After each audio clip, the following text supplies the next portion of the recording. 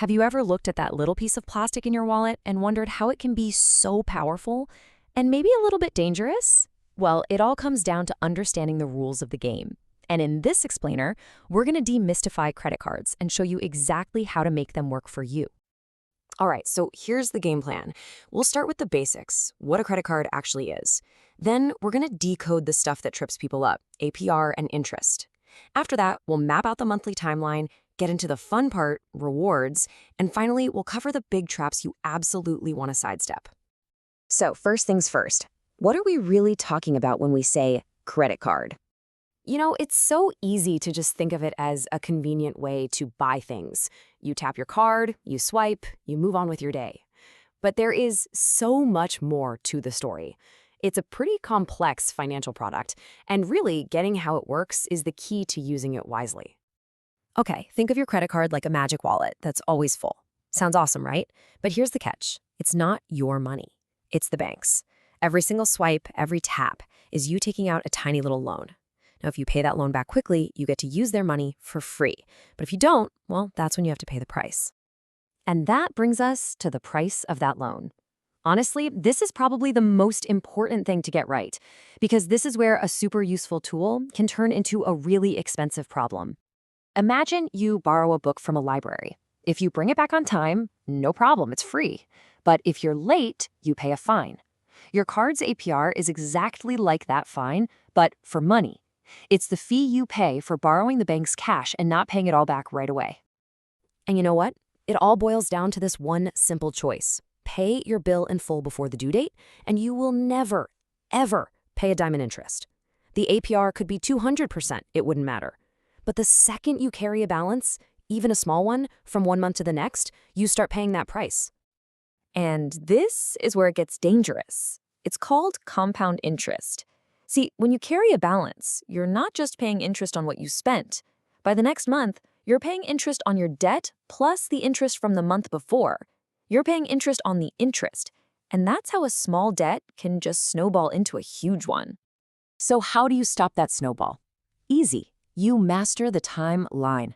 The building cycle isn't some big secret the banks are hiding. It's just a predictable monthly rhythm that puts you completely in control. Think of it like this. For about 30 days, you go about your life making purchases. Then that period closes, and the bank sends you a bill, your statement. But here's the magic part. You get what's called a grace period, usually around 3 weeks, to pay that bill off before any interest gets charged. And that, right there, is the golden rule. That grace period is your interest-free loan from the bank. As long as you pay your entire statement balance in full before that due date, you will never pay a single cent in interest. You get all the perks, all the convenience, for free. Okay, so we've covered how to avoid giving the bank your money. Now for the really fun part, how to get the bank to give you money. When you follow that golden rule, credit cards start giving you some serious value back. So the two main flavors you'll see are cashback and points. Cashback is awesome if you just want simple, no-fuss value. It's like getting a little discount on everything you buy. But if you love to travel or you're saving up for something big, a points card might be the way to go. The trick is just to find a card that actually matches how you already spend your money. So we know this little card is a powerful tool, but with great power comes, well, you know the rest. We have to make sure you know exactly what the common traps are so you can just walk right around them. These are kind of like the 4 horsemen of credit card debt. Paying only the minimum, that's like trying to empty the ocean with a teaspoon. You'll be paying interest forever. Missing a payment, that's a fast track to late fees and a hit to your credit score. Spending more than you can pay off is just a recipe for stress. And ignoring your statement, that's like leaving your front door unlocked. Let's be real for a second. Credit card companies make a ton of money when people make these mistakes.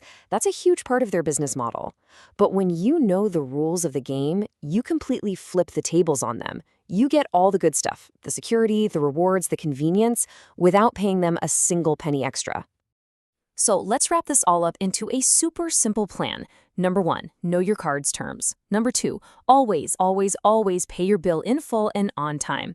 Number 3, keep an eye on your spending so you know you can pay that bill. And number 4, if you do those first 3 things, you just get to kick back and enjoy the rewards totally guilt-free. A credit card is so much more than plastic. It's a tool that can help you build credit, manage your money, and earn some real value back. The power is literally in your hands. So the question is, what are you going to do with it?